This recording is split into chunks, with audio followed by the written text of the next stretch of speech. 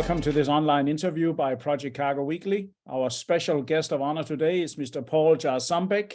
He's the president and CEO of LR International in the Midwest, Chicago in the US. First and foremost, Paul, very welcome to this interview. Thank you. I really appreciate it. Thanks for having me. I'll do my best. I'm sure you will. I'm sure it's more than good enough. As I always do with my, let's say, accused or interviewees, as we call them, we always allow them to elaborate a little bit for our viewers about their background. I mean, how come you ended up running the show there, Paul? And how did you get into logistics? I ask myself that all the time. How did this happen? Yeah. I actually, probably like a lot of people, I got into logistics sort of by accident. When I was in university, I had a couple of different intern opportunities. One of them was with a logistics company that actually it was a company called Van Ameren out of the Netherlands. Right. And it was a Chicago location, really on the NVOCC export consolidation side of things. And I had an internship in their marketing department.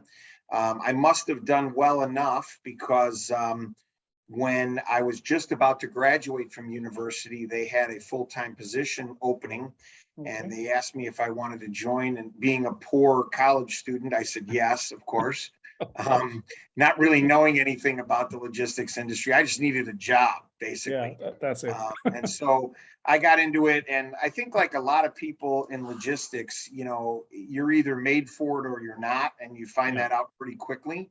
And it sort of gets into the blood and then you can't get out of it, essentially. And that's what happened to me. I really enjoyed it.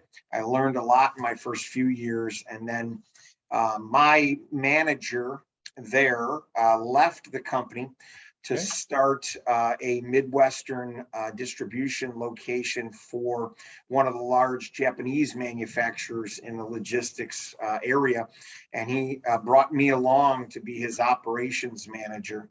Okay. That helped a lot. I got some additional experience there, particularly on the import side of the business. Prior to that, it had been predominantly export.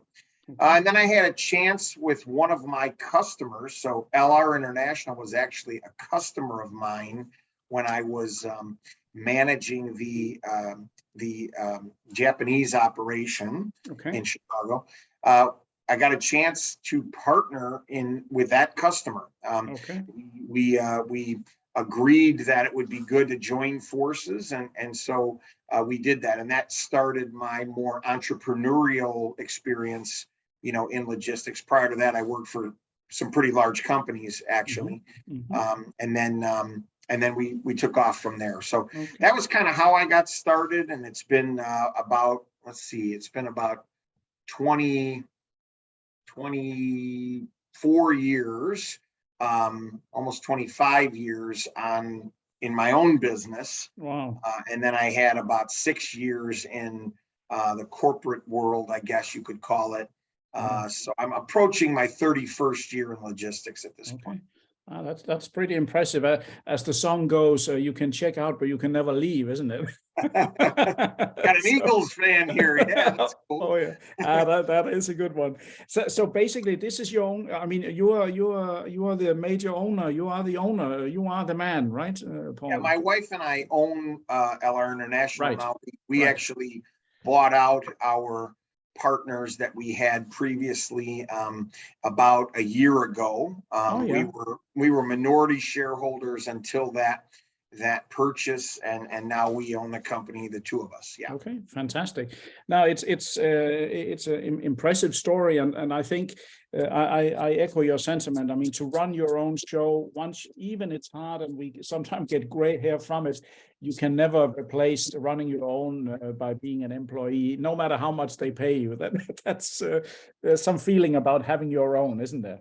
Yeah, there is, and for us, we sort of like the position of being the smaller kind of David and Goliath story, sort of nipping at the heels of some larger competitors that we have. That's always been an exciting part of our business, basically being able to win certain projects when you're one of 5 or 6 or 7 bidders. Has always been, I guess, the chase is exciting, and when you win once in a while, it's kind of fun. Definitely. I again echo what you say, because just beating, when I was a forwarder in my past, before I became a kind of a journalist, I must say, to win from some of the big ones, they act more like banks and institutions than they do forwarders. And just to beat them once in a while was worth it, real worth it. Yeah, I'm sorry, go ahead. Yeah, no, what I was about just to ask you, what can you tell our viewers about LRI today? I mean, your headcount, I understand you're based in the Midwest. What are you specialized in, or are you the jack of all trades, so to speak?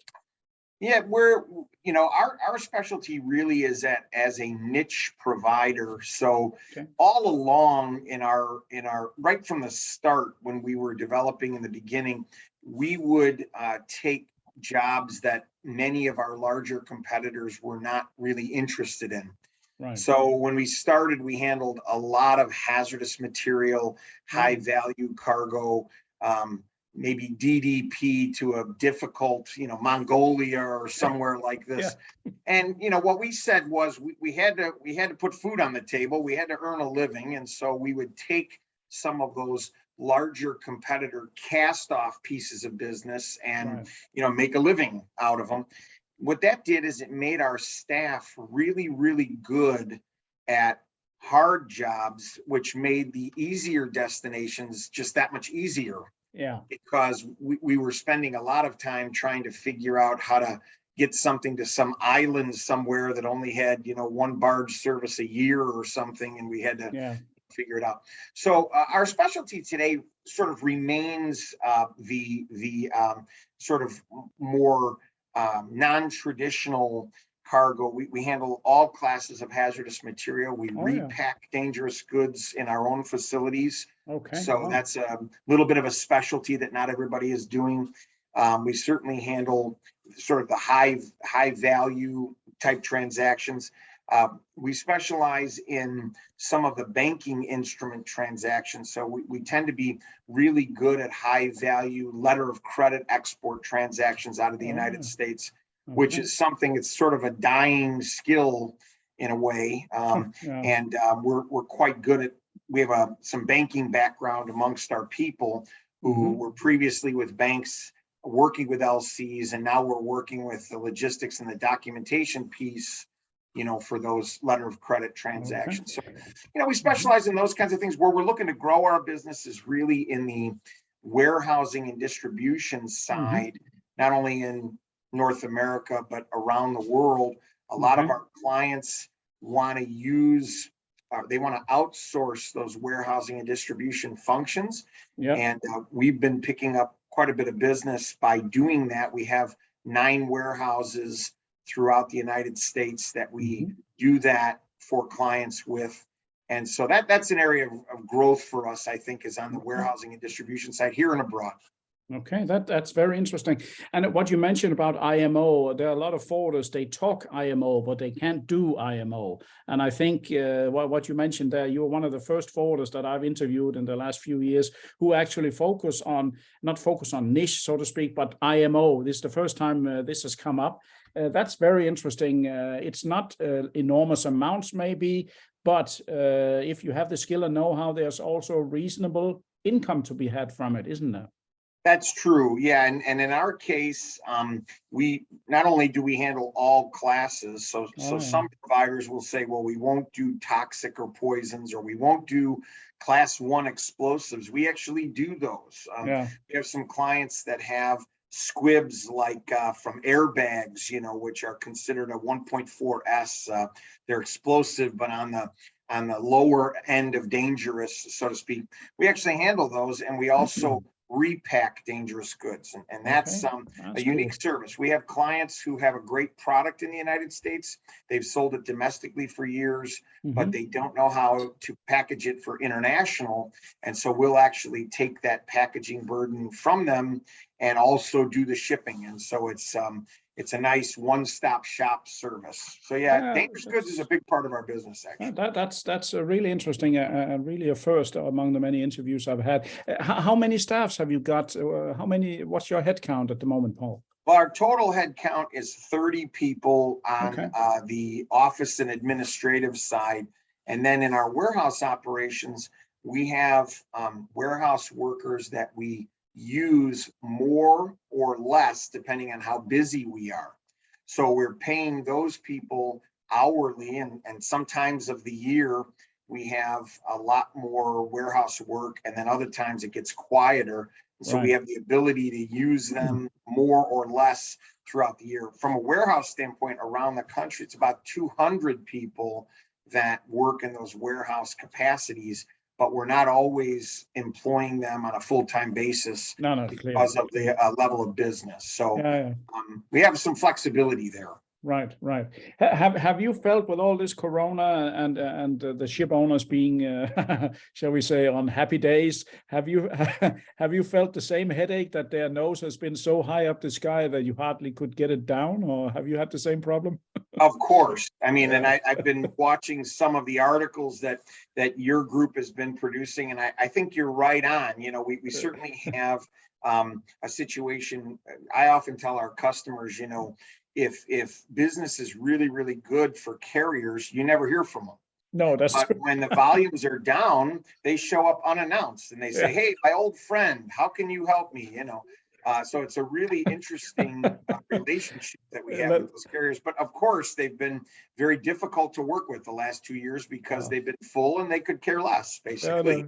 I got a lunch invite the other day for the first time in a couple of years from one carrier. So yeah, I'm quite amazed. But it's amazing how they resurface when the volumes go up just a little bit, you know.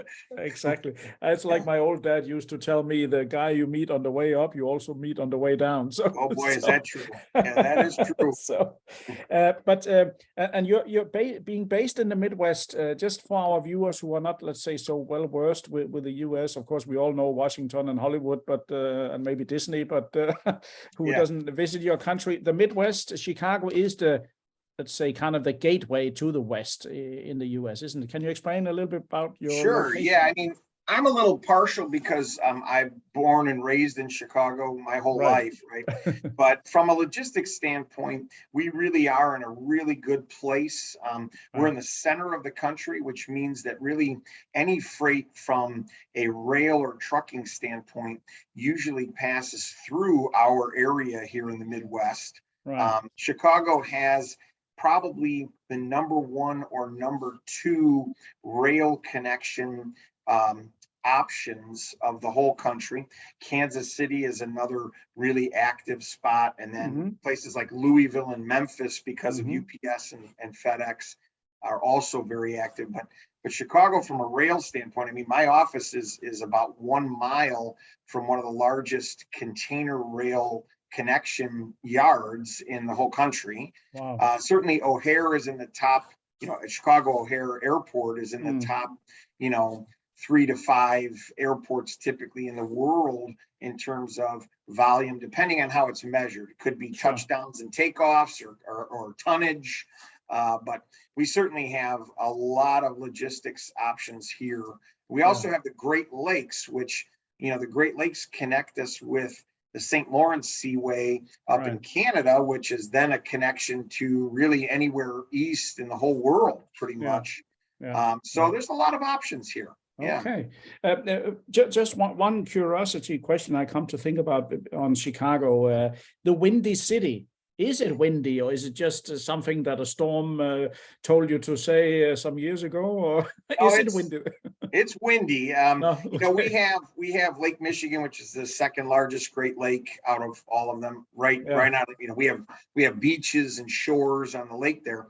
And what happens is the wind picks up off of the lake and pulls really Arctic air across the lake from the north of us. And it actually makes our temps colder than they really are. So if our temp is, like I was saying to you, let's say 0 Celsius today, with the wind, it feels more like -10 or minus, minus something. So the kind of wind chill, or yes. Yeah, it is. Yeah, exactly that. So it is windy. Now the opposite happens too. In our good weather months like June or July, we get a wind off of a lake that kind of cools us a little bit because we can get humid, because of the moisture from the lake. So the wind is our friend, and it's also a curse, depending on what month we're in, basically. Okay, interesting. So have you now, with the corona abating, except for China, that still seems to be closed regarding this? The US is now totally open. There are no kind of restrictions anymore, and you can do whatever you want to do, also freight-wise, yeah? Yeah, from a freight standpoint, there aren't the hard restrictions for things like cleaning and assessing and labor shift changes. There are still some, of course, congestion issues that are a result of COVID, but that was really in terms of volume surge or demand surge, I should say, not really because of COVID restrictions. So we're not really having any trouble with that. It's more managing the demand that came from a dramatic spike, as a result of COVID, but that's even slowing a little bit. So the only real consistent problem yet we still have in the United States is some rail congestion.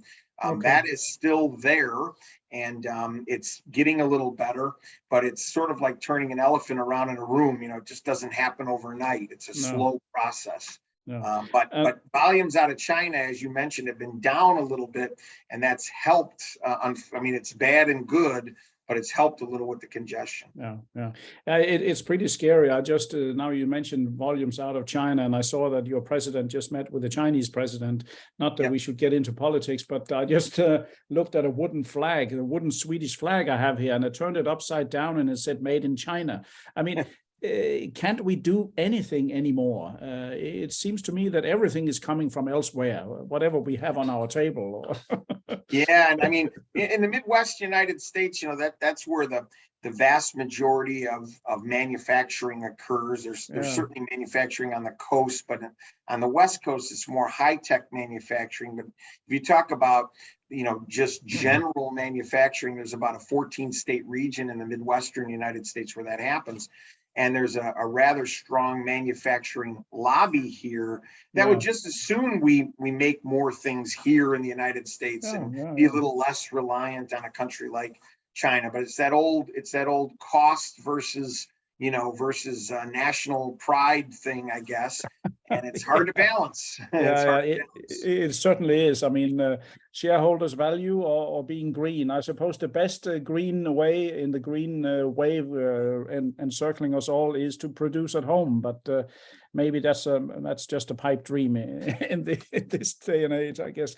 I think in the United States, we're going to see, I really believe some insourcing in the next 2, 3 to 5 years, where some companies in the US are going to be a little bit deliberate about not being quite as vulnerable supply chain wise. And that's part of why my company is focusing a bit more on warehousing and distribution, because we believe there's going to be a bit of a domestic surge in demand related to that. Now, for our partners around the world, that's also beneficial, because if they have business to or from the United States where some of those warehousing services are needed, we're going to be able to help them. So we've been focusing on that over the last few years to really build up our capabilities. It's really a smart move. One of the final questions I have that comes to mind here, Mexico and the NAFTA, the free trade agreement. Do you see Mexico as a place for outsource? Do you have any trade with Mexico? I mean, you have a pool of, let's say,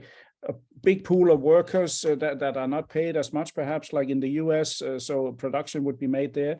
Do you do traffic to and from Mexico? Do you see that in your business? We do. Mexico is the second largest trading partner for the US, and Mexico has had a long-standing sort of competition with China in terms of being able to produce goods at lower labor rates. Right. So I do see Mexico as not only for US companies, but even for companies abroad as a potential option.